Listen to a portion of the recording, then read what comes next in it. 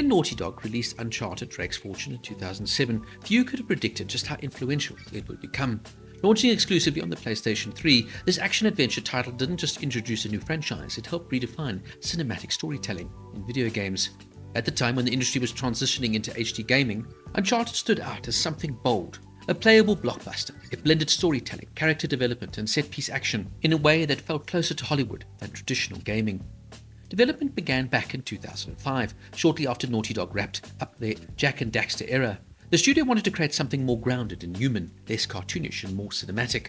Under the direction of Amy Hennig, the team focused on crafting a character-driven adventure inspired by Pulp Fiction, serial films, and classic treasure hunting stories like Indiana Jones.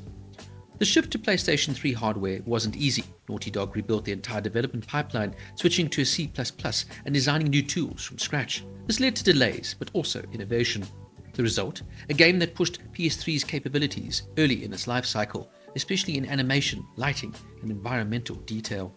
Now, one of the defining strengths of Drake's Fortune is its cast. Nolan North as Nathan Drake, Emily Rose as Elena Fisher, and Richard McGonagle as Victor or Sully Sullivan. Nathan Drake was designed as a more relatable hero, an everyman, rather than an invincible action figure. He struggles, reacts, he jokes, and he bleeds. That humanity became the blueprint for modern protagonists. The chemistry between Drake and Elena, introduced here, is one of the most natural relationships in gaming. Meanwhile, Sully provides mentorship, humor, and emotional grounding. The story here follows Nathan Drake, a treasure hunter searching for the legendary El Dorado, believed to be linked to his ancestor, Sir Francis Drake. What begins as a straightforward treasure hunt quickly evolves into something darker. A mysterious island in the South Pacific, mercenaries led by Gabriel Roman, and a cursed artifact with devastating consequences. The narrative blends history, myth, and supernatural horror, culminating in a twist that redefines El Dorado not as a city, but as something far more dangerous. It's pulpy, cinematic, and constantly escalating, like a summer blockbuster you can now play. And that's what of course makes this work so well, is that the story comes first. The character development is excellent, and that's why this game in many ways will stand the test of time. At its core, Drake's Fortune is a mix of third-person shooting, platforming and climbing, puzzle solving and exploration. Combat introduced cover-based shooting mechanics similar to Gears of War, while traversal allowed players to climb, swing, and navigate environments fluidly. Key game elements included limited weapon carry, one pistol or one rifle, regenerating health, no traditional health bar, cinematic set pieces, vehicle sections, jet skis, and turret sequences.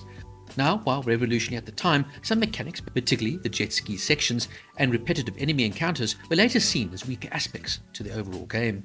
And yes, when playing it again, some of the sections can feel a bit repetitive. Some of the fights do tend to go on a bit too long. And the worst part is when you suddenly, of course, are killed off, you have to go back in time to when the game last saved itself. In other words, sometimes you have to literally repeat one whole section again, which can be somewhat frustrating. But really where this game shines is in its presentation and cinematic style.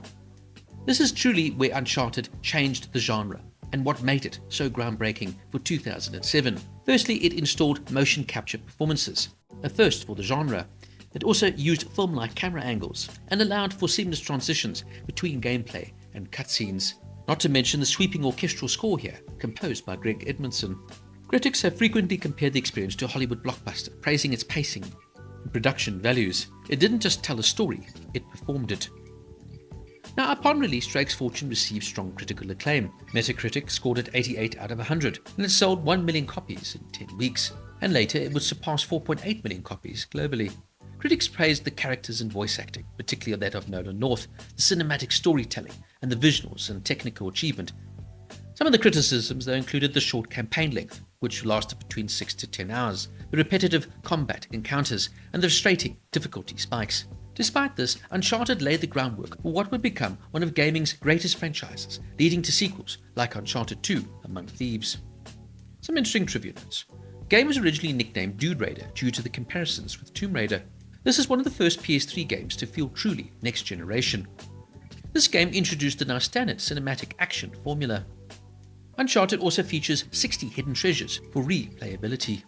The game would later be remastered into Uncharted: The Nathan Drake Collection, which included the first 3 games in the series.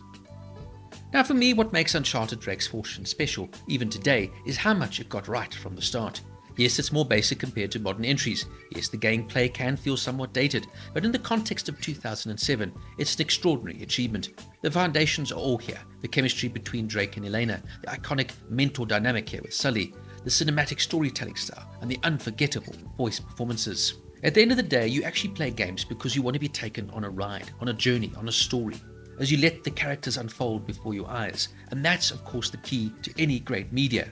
So if you can look past the dated graphics, get your head around the repetitive style of shooting it out with so many NPCs, then you truly have what was the original foundation for modern gameplay. And that alone makes this a true classic.